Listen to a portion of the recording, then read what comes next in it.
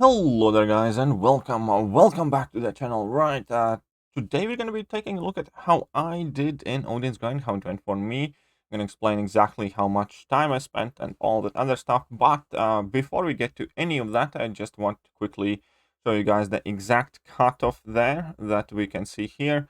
The person who plays 300th just happened to be in my line room, and he posted that screenshot. Uh, by lucking out and placing exactly spot 300, and his score was 65.1 million. So that is the exact cutoff for Odin in round one. And I all the time suspected he's not going to go at 70 or 75 million as a lot of people predicted, because I don't think any 5-star at this point in the game will ever go that high again, especially with the 300 champion pool and the fact that 5-stars don't affect anybody's prestige anymore or anybody's towards end game stuff like that. And 5-stars have largely diminished role in the top end game, and those are also the people that can put up these 70 plus million scores. It's just there's a lot less incentive to do so, which is also part of the reason why I do think that his cutoff is going to drop off quite bigly in round two. I think he's going to go for 60 million max, probably, if not lower, because Odin is not exactly a champion that you grind for because you want to rank 5 him. He's just a champion, kind of like Heimdall, that you just want to have. I'm sure some people will rank 5 him, which is fair enough. But at large, 5-stars have lost a lot of their relevance in the endgame tiers because they don't affect anybody's prestige in like top tier alliances. And yeah, 5-stars aren't quite as big deal anymore, so to speak. So the people who can put up these 60 plus 70 million scores are very unlikely to go for him again in round two, because 5-star awakening gems are relatively common. And again, most of the people who grind for Odin didn't really do it because they like Odin as a champion or because they plan to rank 5 him. And therefore, I do think that round two will go quite significantly lower to what it did in round one. And if you are planning to go for round two in Odin's grind, then keep that in mind. Obviously, you do not want to balance on that spot 300. You do want to put up as many points as you can, but I do think that the cutoff will be lower in round two for sure.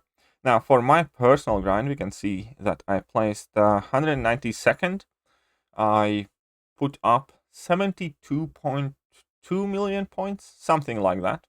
We're gonna check it shortly, and that landed me in place 192. So let's go ahead and claim the guy. We can quickly uh, jump in the arena to look at the leaderboard. When it went for my own individual grind, it really wasn't that bad. Again, I am very fortunate with the size of my roster, and ultimately I only grinded out my rank 5 5-stars and 6-stars for most part, and then couple of times over the course of 3 days I did go over my rank 4 5-stars and some of my rank 3 5-stars as well, but that was like once, I think. For the most part, I just did the standard grind 4 hours a day over the course of 2 streams, about 2 hours each grind, slightly bit more this time because I was grinding some 5-stars in, and that was about it. So it really wasn't all that taxing. But this is about as much as I can put up without putting a lot of extra effort in. This is kind of like that natural limit of my account. If I wanted to put up more, I would either have to set alarms and wake up when my 6-stars refresh, stuff like that, to squeeze in the 7th run, because you can do it because 6-stars go on refresh for like 11 hours. So over the course of 3 days, you kind of like have what's 5-hour window where you can, if you grind out your 6-stars kind of like immediately from when the arena starts, and then as soon as I refresh, you can squeeze in 7 runs of 6-stars instead of 6.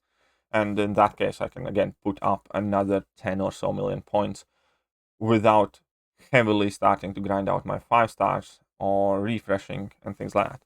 So this is about as much as about as high as I can go without making the grind a lot harder for myself.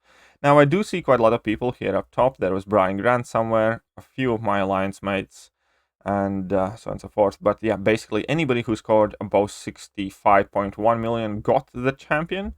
My condolences to the guys who missed out, because his cutoff was higher than most of the recent champions in recent memory.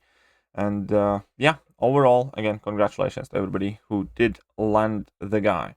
Now that I do have Odin, obviously the questions are what videos are going to be coming, and what am I going to be able to do with the guy, which obviously I will need to do some testing, which is something that I plan on doing today. Tomorrow I'll take him to rank 3. I don't think I'm going to be playing too much with Odin himself, but mainly tinkering around with his pre-fight abilities, perhaps Hella Synergy, perhaps something else. A lot of that you guys have already seen, but still at the same time, I do want to have that first-hand experience to go over everything this guy can and cannot do.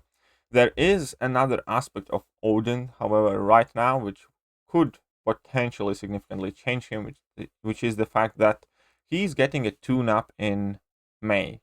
And depending how good or bad the tune-up is, the role of Odin himself can change. Because currently, let's face it, as a champion on his own, he's quite rubbish. And if you're going to add him to your team, it's likely going to be only for the support purposes, which is quite frustrating when a champion like Odin is relegated to a cheerleader on your squad. But that is the road Kabam went with, which I completely disagree with, but I have no control over.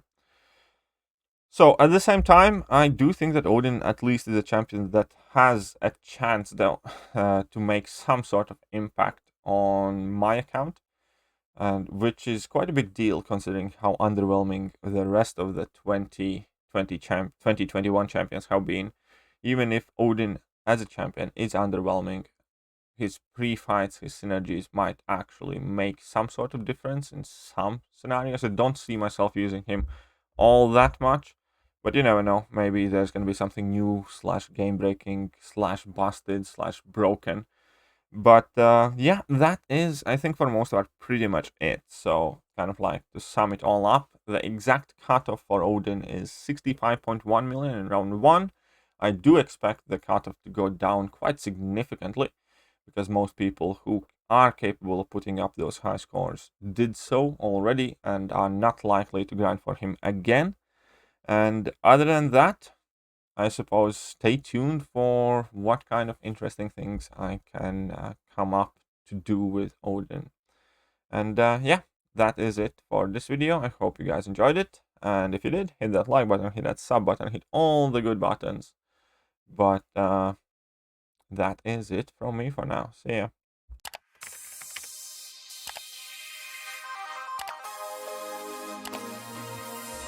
Hello there guys, and welcome back to the channel. So we have all the information about